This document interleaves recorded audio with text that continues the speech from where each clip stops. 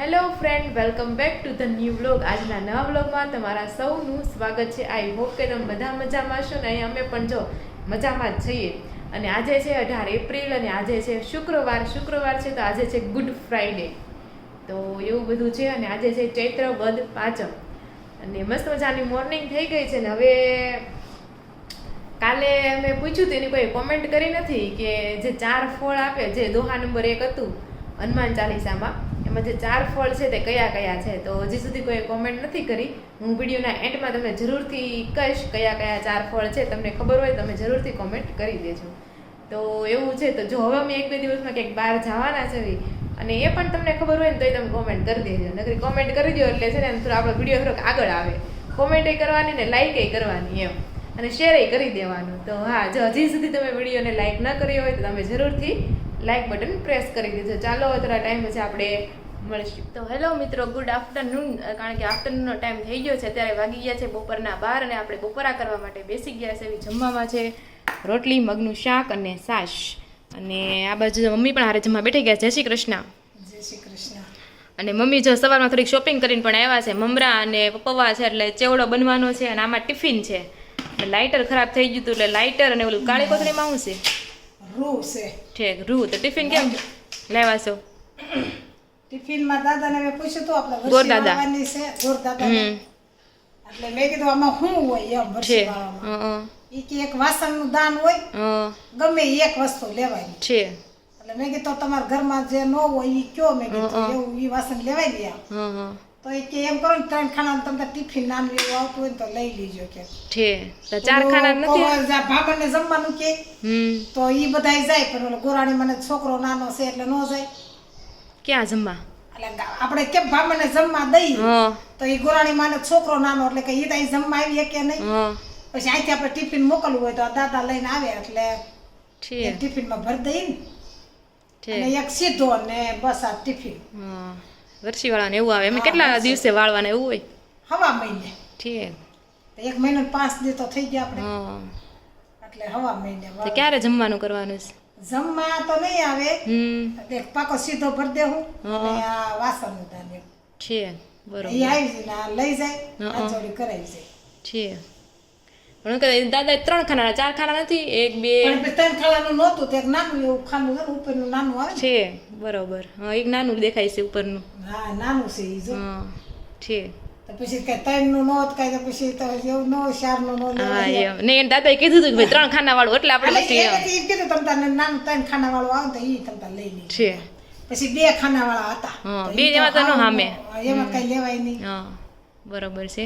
એટલે 4 ખાના વાળું લઈ લીધું. છે. તો આ જો હતી ખરીદી. તો ચાલો બધા બપોરા કરવા માટે. ચેવડો ખાવા. ચેવડો તો બનશે, ચાર ખાય ને.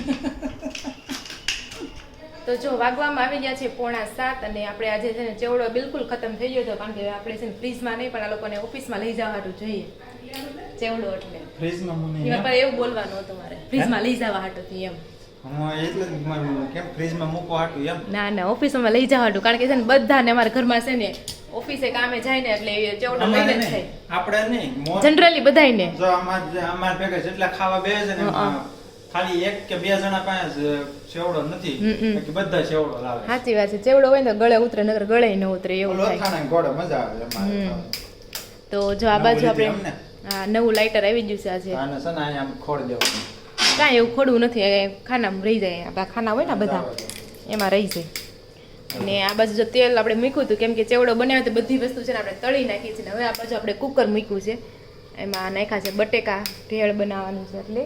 અને આ બાજુ જો આપણે કેવા ગાંઠિયા, સાબુદાણાના ગાંઠિયા. ના, સાબુદાણા નહીં, તો શેણાના ગાંઠિયા કહેવાય. સાબુદાણાના કહેવાય. શેણાના કહેવાય.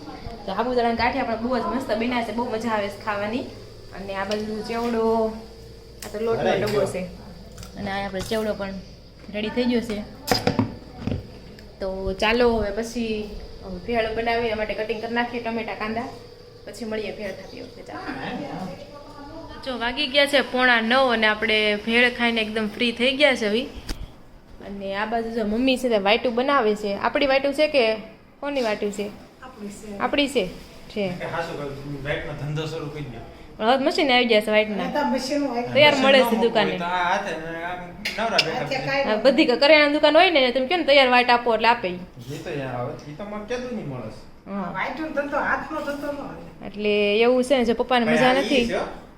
ઈ મશીનની વાટ ને આ વાટમાં ઘણોય ફરક પડે. આપણે કોઈ દી મશીનની વાત નથી જોઈ એટલે ખબર મેં નથી. જોયેલી છે એટલે. છે ઈ હાવ પોસી હા. ઈ હોય ને આ એકદમ કટનમાં હારી બને એમ.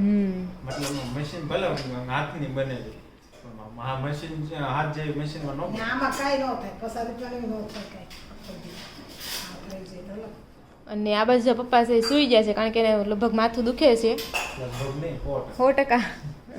અને આ બધું તો સંજયભાઈ છે ને કપડાની જોડી લઈને ખરીદી શરૂ કરી દીધી. પૂછીએ દિવાળીની શું ખરીદ દિવાળી ભવની વાર ગઈ હજી દિવાળી તો પૂછ આગળ શું કીધું સંજય? ઈ કીધું પણ કે દિવાળી થોડી આવે. દિવાળી થોડી આવે. દિવાળીની જોડી લીધી. દિવાળી નો આવે ને પણ તો જા ઉપરનો શર્ટ છે ઈ આ શર્ટ છે, આ પેન્ટ છે. બરાબર ડાકલો રાખતા હોય તો દાખલો હવે આપણે ઘરે લેવી જ થાય. આપણે થોડા દાખલો નથી.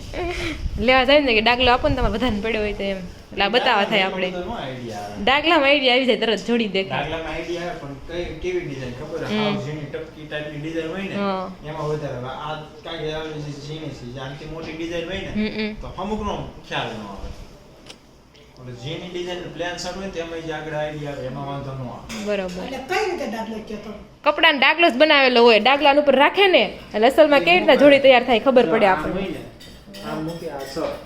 રેડી? હવે નીચે પેન્ટ મૂકે નીચે પેન્ટ મૂકે. પછી ડાગલો હોય ને ટ્રાન્સપરન્ટ આછો ટ્રાન્સપરન્ટ એટલે કે પારદર્શક. આ પારદર્શક હોય, કાચ જેવો. હમ અહીંયા શર્ટ દેખાય ને આમાં પેન્ટ એટલે કે તમને આખી જોડી બની ડાગલાએ પહેર્યું ને એવું લાગે એમ. ડાગલાએ પહેરી હોય ને એવું લાગે. એટલે ખબર પડે કે આવી બનશે જોડી એમ પેન્ટ શર્ટ આવો લાગશે એમ. તો એવું છે ને આ બધા સંજયભાઈ અત્યારે મોડા આવ્યા એટલે છેલ્લે ખાવા બેઠા છે અને જો અમારે ત્યાં જે ભેળ તો ભેળ બનાવી છે. મેં તમને કીધું હતું કે નહીં તમને કેમ 34 વાર પૂછ્યું ખીચડીનું. મારે તે કાંઈ તઈ તો મને હમ યાદ ય નહોતું. આ તો તે શેવડો કર્યો, હું ચેવડ બધું તળ્યું, એટલે મેં કીધું. એવું તઈ એવું મને યાદ ય નહોતું શેવડો. છે એવું નહોતું. મમ્મી કે ખીચડી બનાવી છે કઢી ખીચડી તો મમ્મીને કીધું એમ મેં એટલે પૂછ્યું તું, મેં કીધું તું એક બાજુ તળ ને પેલા એક બાજુ ખીચડી મૂકી દઉં યાર. તો એ પેલા મમ્મી મને 2-3 વાર પૂછી લીધું હતું એટલે મને એમ કે તમારે બીજું બનાવડાવું છે એમ. જાતી જાય છે. એ ઘણીવાર એક ના સવાર નો બે ત્રણ વાર પૂછે, ઘણીવાર પૂછે છે. એટલે મને એમ કે બીજું ખાવું છે તો એ બનાવી હવે એમ. ઉંમર પ્રમાણે એનું થોડું ભૂલાતું જાય છે. ને સ્વામિનારાયણ ભગવાનનો ફોન આવી ગયો છે. હાલો તો હવે પછી મળીએ. આપણે પેકિંગ કરવાનું છે પેકિંગ કરી નાખીએ ચાલો. હેલો ફ્રેન્ડ, અત્યારે વાગી ગયા છે 9:15 અને હું છે ને વધારે પડતી ડિસઅપોઇન્ટ થઈ ગઈ છે. જવાનું છે કાલે ફરવા પણ મારા વિડીયોના વ્યૂ જોઈને મને એમ થાય છે કે ઓ માય ગોડ આમ કેમ થાય છે એમ. આજે તો ખાલી 300 વ્યૂ Subscriber 10,000 હે? હા, સબસ્ક્રાઇબર છે 10,000 મારા. એટલીસ્ટ 50% તો વ્યૂ ફેમિલી તો બહુ મોટી છે પણ વ્યૂ બહુ સપોર્ટ કરવા વાળા બહુ ઓછા છે એવું લાગે છે મને. એટલે એવું છે એટલે હું વિચારું છું કે કેટલી મહેનત કરવી આપણે હું વિચારું એમ થાય ક્યારેક એમ થાય કે બંધ કરી દેવું છે એમ થાય છે. કાંઈ વાંધો નહીં ચાલો એ જવા દો. આપણી મેમરી સ્ટોર કરો ચાલો. તો જો મેં છે ને આજે બુક માર્ક બનાવ્યા હતા. બુક માર્ક એટલે બુક વાંચતા હતા પૈચા હોય ને ત્યાં નિશાન મૂકવાનું. તો આ મેં જો ઘરે બનાવ્યું હતું. પેલા એક કાગળની પટ્ટી લઈ લીધી એમાં છે ને એના કલર કરી નાખ્યો મસ્ત. પછી આ બંનેની એજ છે ને એને ચુંબક લગાડી દીધું છે એટલે આમ કરો ને એટલે જે ચોટી જાય ચોટી ગયું. અને પેજ હોય આપણું કોઈ પેજ એને અંદર જામ આધાર કે બુક છે તો એની અંદર આમ પન્નું છે એમાં મૂકી દેવાનું એટલે પન્ના હારે ચોટી ગયું.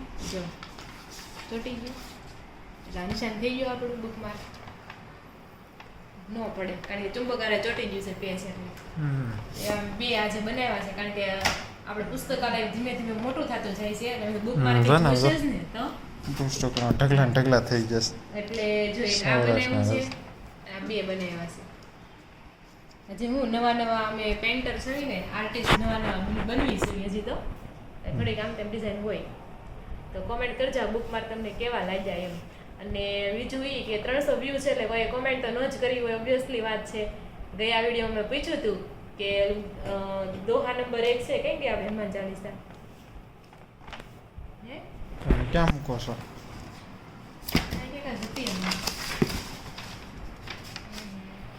પેલું પહેલો દોહો હતો ને હનુમાન ચાલીસા આપને મળી ગઈ છે. પહેલો દોહો હતો શ્રી ગુરુ ચરણ સરોજ રજ નિજ મનુ મુકુદ રસ ધારી બરનવ રઘુબીર બિમલ જસુ જોદા એક ફલ ચારે. ગુરુના ચરણ રજથી આપણે આપણું અંદરનો અરીસો હોય ને સાફ કરી શકીએ છીએ અને રામના ગુણગાન ગાઈએ આપણને તો 4 ફળ મળે છે. તો 4 ફળ કયા છે એ આપણે પૂછ્યું હતું. તો 4 ફળ છે ધર્મ, અર્થ, કામ અને મોક્ષ. ધર્મ એટલે શું? સત્ય, નૈતિકતા, ઈમાનદારી, આપણું કર્તવ્ય શું છે એ બધું ધર્મ કહેવાય. ધર્મ. અર્થ એટલે શું? ધન, સમૃદ્ધિ, વૈભવ, એ બધું અર્થની અંદર આવે કે તમારે કેવી રીતના પૈસા કમાવા અને કેવી રીતના પાછા વાપરવા, એ ધર્મ અર્થની અંદર આવે. પછી છે ત્રીજું છે કામ.